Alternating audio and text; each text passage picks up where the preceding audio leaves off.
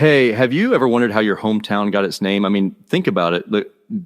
There's always a story behind these names, right? And some of them, well, they're just wild. Like, did you know that one of the most popular spots in Florida used to be called Mosquito County? Yeah, I'm serious. Mosquito, hard to believe, right?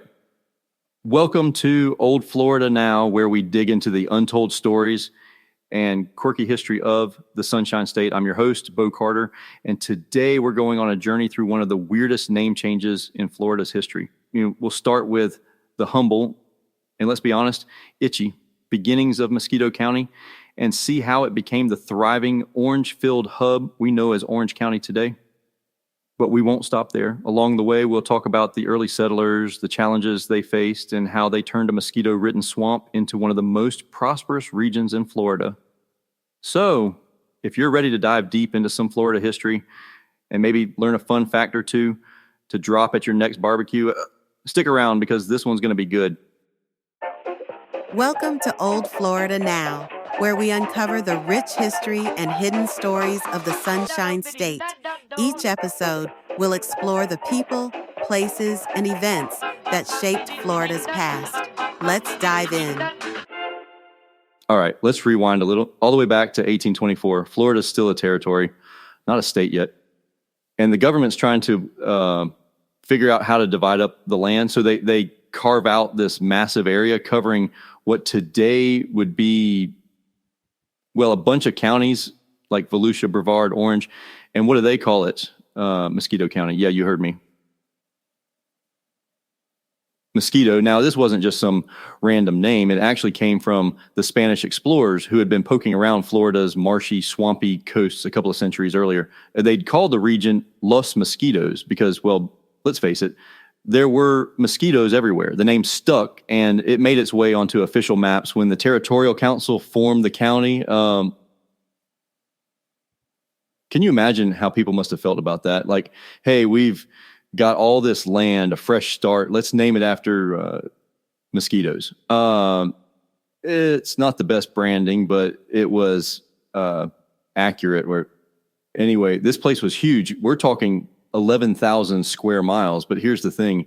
There were almost no people living there. Population density, less than 2 people per square mile. So it was basically just empty land, swamps, and yes, a lot of mosquitoes. The first capital, if you want to call it that, was in New Smyrna, but even that didn't last long. Eventually, they moved things over to a place called Enterprise, which, to be honest, wasn't much more than a speck on the map itself. So yeah, life in Mosquito County wasn't easy.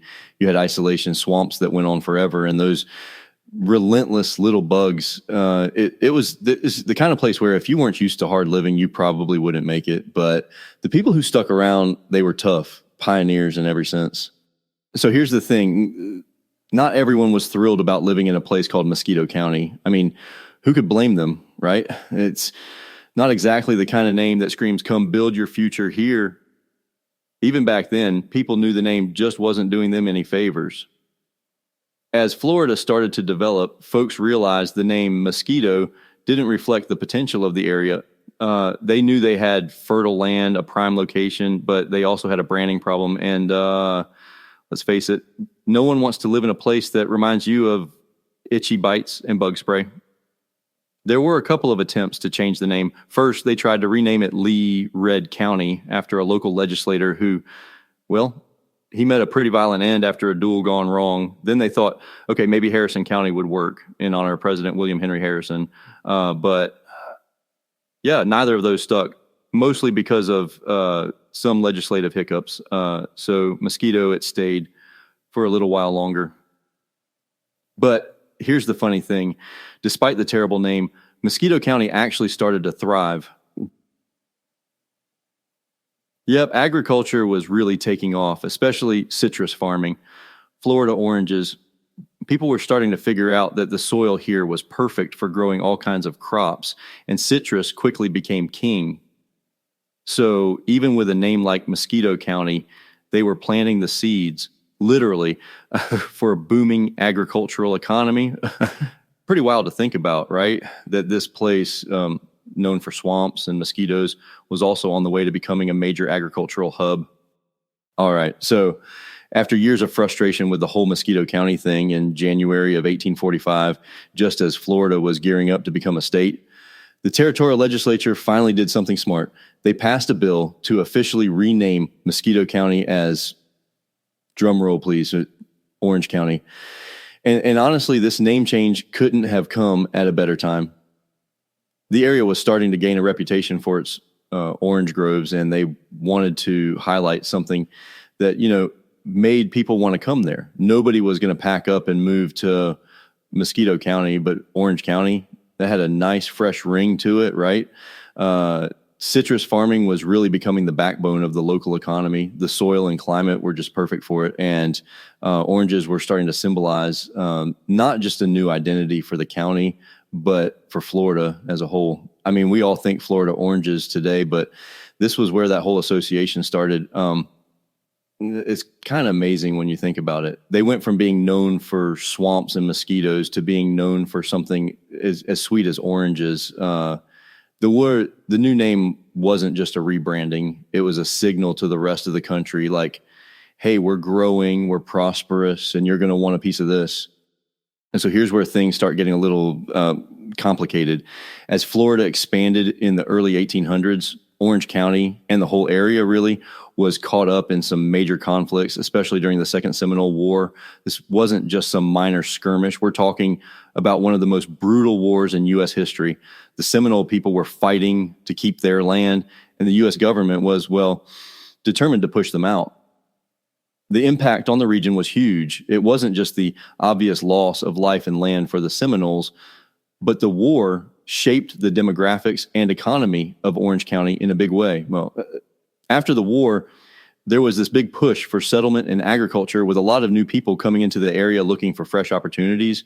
Now, so fast forward a bit, and after the war, as people started moving in, they needed infrastructure. So one of the big things that really kicked off Orange County's growth was the development of roads and later railways. Railroads were huge for this area. They connected the county to other parts of Florida, and before you knew it, Orlando started rising as a regional hub. It's funny to think about now, with Orlando being this major tourist destination, but back then it was all about making the area accessible and getting those oranges and other agricultural products out to market. Roads, railroads, they were the backbone of Orange County's transformation from, the old Mosquito County days to a thriving, connected region. And once Orlando started growing, it kind of became the anchor for the whole county. It wasn't long before it turned into the major city we know today, but it all started with that early infrastructure development. So even though Mosquito County technically disappeared from the map in 1845, its legacy didn't just, vanish into thin air. The memory of those early settlers, the pioneers who toughed it out in the swamps, mosquitoes, and isolation, that's just still very much alive in Central Florida's culture. You've got landmarks, old settlements, and even some local folklore that nods back to those early days when life here was a real struggle. Where it's easy to forget, especially when you're hanging out in modern Orange County, which is like one of the biggest tourist destinations in the world. I mean, Orlando alone is home to Disney World, Universal Studios, all these huge attractions. But if you dig a little deeper, you'll find that the roots of this thriving economy stretch all the way back to those early Mosquito County days. It's wild to think about, right? That a place once known for its pests and swamps has become this booming hub for tourism, entertainment, and business. And what's cool is that there's still a real effort locally to keep that history alive. You'll see historical sites and events that celebrate the transformation from Mosquito to Orange County. It's like they want people to remember where it all started. So today's Orange County might be all theme parks and palm trees, but it's built on a foundation laid by those early settlers who took a chance on this rough mosquito-filled land. And their story, it's a big part of why Central Florida is what it is today. All right, let's hit you with some fun facts and trivia about mosquito in Orange County. Did you know that Orange County is the only county in Florida that was once named after an insect? Yep, the humble mosquito, kind of a rough start, but hey, it's all about the glow up, right? Now, here's something that'll make you go, wait, what? In the early 1800s, the administrative records for Mosquito County weren't even kept in the county. Yeah, because it was so undeveloped at the time, all the official paperwork and records were stashed over in St. Augustine. That's a bit of a hike, don't you think? But back then, it was just the way things were. And get this, Orange County really started to come into its own thanks to the arrival of the railroad in the late 1800s. Before that, it was mostly swamps and wilderness. But once those tracks were laid down, boom, the area transformed into farmland central with citrus groves popping up everywhere. I mean, oranges and trains, talk about a winning combo. It's crazy to think how much has changed, right? From mosquitoes to railroads to world famous theme parks. Who would have thought? So to wrap things up, let's take a quick look back at the journey we just went on. We started with Mosquito County, named after, those annoying little pests. Back then, the place was mostly swamp with a population spread so thin, it was hard to even keep the records local.